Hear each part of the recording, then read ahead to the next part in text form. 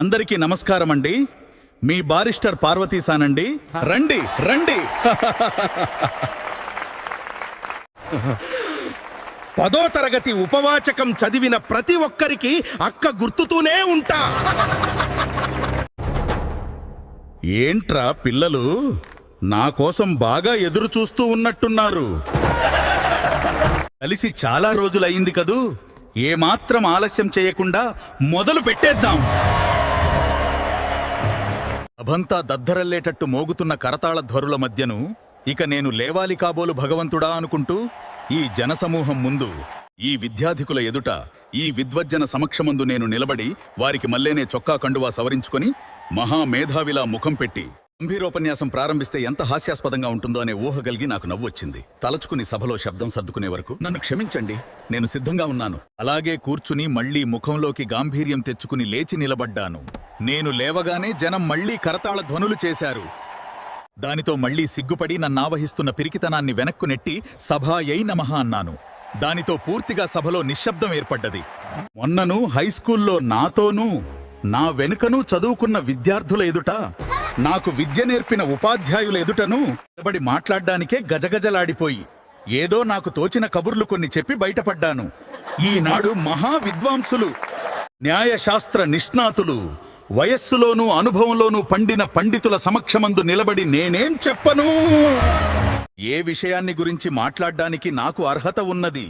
మీకంటే అధికంగా నాకు తెలిసిన ఏదేమిటి అని ఇందాకట్నుంచి నన్ను నేను ప్రశ్నించుకుంటూ కూర్చుంటే, ఏమీ లేదోయ్, ఈనాడు ఇదొక విచిత్రమైన ఆచారమే గాని నీ సత్తాని నిన్ను ఆహ్వానించిన వారికి తెలియదు గనుకనా అనే సమాధానం స్ఫురించి ఇందాకట్నుంచి నాలో నేను నవ్వుకుంటూ ఇంత ధైర్యం తెచ్చుకోవడానికి ప్రయత్నం చేస్తున్నాను.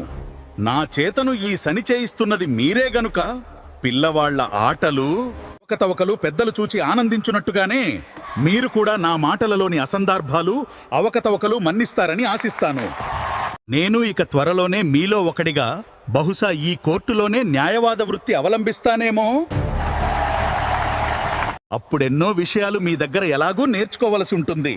అప్పుడు మట్టుకు ఆనాడేదో పెద్ద మొనగాడిలా మాకు ఉపన్యాసం ఇచ్చావు, మేము ఏమి చెప్పగలం అని మట్టు కనరని ఆశిస్తున్నాను. 3 సంవత్సరాల క్రితము ఇక్కడ నా చదువు సన్నగిల్లింది. మొదట్లో ఉన్న చురుకు, ఉత్సాహము ఎందుచేతనో చెప్పబడ్డాయి. ఇక్కడ విద్య మీద మనసు నిలువక ఏవేవో ఊహలు పెంచుకుని ఆకాశంలో అస్తమానంని హరిస్తూ ఉండేవాడిని. మా తండ్రిగారు నా స్థితి గమనించి కొన్నాళ్ళు చదువుకు స్వస్తి చెప్పి ఇంటి దగ్గర వ్యవసాయ పనులు చూసుకుంటూ తెలుగు, సంస్కృతం నేర్చుకునే ప్రయత్నం చెయ్యమన్నారు. మళ్లీ హూణ విద్య మీద మోజు కలిగినప్పుడు అది చదువుకోవచ్చునన్నారు. నేనే మాటా చెప్పలేని విషమ సంధిలో పడి బాధపడుతుండగా కీర్తిశేషులైన ఇక్కడ ప్రముఖులైన శ్రీ రమణారావు గారితో నాకు పరిచయమేమి అనుకోవచ్చు వీరు. ఒక రోజున వారే నన్ను వెతుక్కుంటూ వచ్చి, నాకో సహాయము నీవు చెయ్యాలి, నీకు తప్ప మరొకరికి సాధ్యం కానిదది.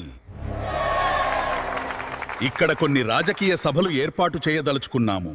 ఆ సభా నిర్వహణ బాధ్యతంతా నీవే వహించాలి. నిన్ను గురించి వాకబు చేయగా నీవు చాలా సమర్థుడవని, ఈ కార్యభారం వహించడానికి మీ స్కూలులో నీ ఒక్కడవే వీయలైన వాడవని అందరి వల్ల విన్నాను అని నన్ను వ్యామోహపరిచి ఆ కార్యరంగంలోకి దింపారు. అప్పుడు నాకు తెలియలేదు, కానీ కొన్ని సంవత్సరములైన తరువాతను ఆలోచించుకోగా నాకు తోచిందేమిటంటే, మా స్కూల్లో కాస్త కండపుష్టి, ఉత్సాహము, దీక్ష కలిగి చదువు యందు శ్రద్ధ తగ్గి బేవార్సుగా తిరిగేవాడిని. నేను ఒక్కడై కనపడ్డానన్నమాట. ఏమైతేనేమి కానీ వారి శిష్యుడిగా చేరి సభలు, సమావేశాలు ఏర్పాటు చేయడమే కాక వారి వలన అనేక విషయములు తెలుసుకుని, వారిచ్చిన వివిధ విషయములకు సంబంధిన పుస్తకములెన్నో చదివి స్కూలులో నేర్వనివి, నేర్చుకొనుటకు సాధ్యము కానివి అనేక విషయములు తెలుసుకుని నాతోటి విద్యార్థుల కంటే చాలా విజ్ఞానవంతుడను కాగలిగాను అని చెప్పడానికి ఎంతో గర్విస్తున్నాను. నన్నింక ఇక్కడ స్కూలులో చేరవద్దని, దేశములకు వెళ్ళమని, అక్కడ బారిస్టర్ చదువుమని ప్రోత్సహించిన వారు వారే. వారి సలహాననుసరించి నేను దేశాంతరములకు వెళ్లి విద్యనభ్యసించి అక్కడ పరీక్షలలో ఉత్తీర్ణుడనై వచ్చిన వెంటనే వారి దర్శనము చేసుకుని వారి ఆశీస్సు పొందుదామనుకుంటే వారు దివంగతులైనారన్న విషాద వార్త తెలిసి ఎంతో బాధపడ్డాను. ఈనాడు వారిక్కడ లేకపోవడం నాకెంతో వెలితిగా ఉన్నది. అయినా వారికంటే వయోవృద్ధులు, విజ్ఞానవేత్తలు, న్యాయమూర్తులు అయిన మన సభాధ్యక్షులను చూడగానే నా పిరికితనం పరారి కాగా కొంత ధైర్యము తెచ్చుకున్నాను. వారి ఎదుట నేను పసివాడను, నా లోపములను వారు సంతోషముతో మన్నించగలరు అనే ధైర్యము కలిగినది. ఇక ముందు ఏమి చెప్పవలెనో తోచక ఇంతసేపు నేను శాఖా చంక్రమణము చేస్తున్న సంగతి మీరు గ్రహించే ఉంటారు. నేనెప్పుడూ నర్సాపురం పొలిమేర దాటని వాడను. బండి, పడవ తప్ప మరొక రకమైన ప్రయాణ సాధనములను ఎరుగని వాడను. ధూమశకటాన్నైనా ఎప్పుడూ చూడని వాడను. సాహసించి విదేశ యాత్రకు బయలుదేరినానంటే అదే చాలా హాస్యాస్పదమైన విషయమని నేను వేరే చెప్పనక్కర్లేదు. పట్టణాలలోనూ అందులో విదేశాల్లోనూ నాగరికత ఎలా పెరిగిందో జీవితం సౌఖ్యవంతం చేసుకోవటానికి ఎన్నెన్ని ఉపాయాలు, సాధనాలు విజ్ఞానవేత్తలు కనిపెట్టి ప్రజానీకానికి అందించగలిగారో నేనెన్నడూ ఊహించి కూడా ఎరుగను. అంతటి అజ్ఞాన తిమిరంలో పెరిగిన వాడిని ఇలా బరితెగించి విదేశాలకు బయలుదేరటం సాహసమంటారా? కాదా? ధూమశకటాన్నైనా ఎప్పుడూ చూడని వాడను. సాహసించి విదేశ యాత్రకు బయలుదేరినానంటే అదే చాలా హాస్యాస్పదమైన విషయమని, నా వలన అయ్యే పని కూడా కాదని నా నమ్మకం. అందుచేతను సూచనప్రాయంగా ఏవో 2 మాటలు మనవి చేసి మిమ్ములను విసిగించకుండానే విరవిస్తాను. అనేక మంది జనాన్ని ఏకకాలమందు కొన్ని 100 మైళ్లు దివారాత్ర భేదము లేకుండా జాగ్రత్తగా తీసుకువెళ్లగలిగిన మొదటి ప్రయాణ యాంత్రిక సాధనము రైలు బండి. ధూమశకటాన్నైనా ఎప్పుడూ చూడని వాడను. సాహసించి విదేశ యాత్రకు బయలుదేరినానంటే అదే చాలా హాస్యాస్పదమైన విషయమని. రైలు ఎక్కేటప్పుడు కూర్చున్న తర్వాతనే పడిన పాట్లు అన్నీ అని చెప్పనలవి కాదు గాని ఆ ఒక్క రాత్రి ప్రయాణించి మద్రాసు చేరేటప్పటికి నాకెన్నో నూత్నాంశాలు అవగాహనలోకి వచ్చి అప్రయత్నంగా నాలో విజ్ఞానము, నాగరికత పెరిగినట్టుగా భావన కలిగింది. ఇక మద్రాసులో గడిపిన కొద్ది కాలంలో పెరిగినట్టుగా భావన కలిగింది. ఇక మద్రాసులో గడిపిన కొద్ది కాలంలో నేనెదుర్కొన్న సమస్యలు, చూచిన వింతలు, నేర్చుకున్న విశేషాలు. అనంతం అక్కడే 2వ యాంత్రిక సామూహిక ప్రయాణ సాధనం ట్రాంకార్ అనేది కనపడ్డది. అది కాకుండా ధనికులైన వ్యక్తులు ఒంటరిగానో తమ కుటుంబాలతోనో దూర ప్రయాణాలు చేయడానికి అనుకూలమైన మరొక యంత్ర సాధనం మోటారు కారు కూడా చూచాను.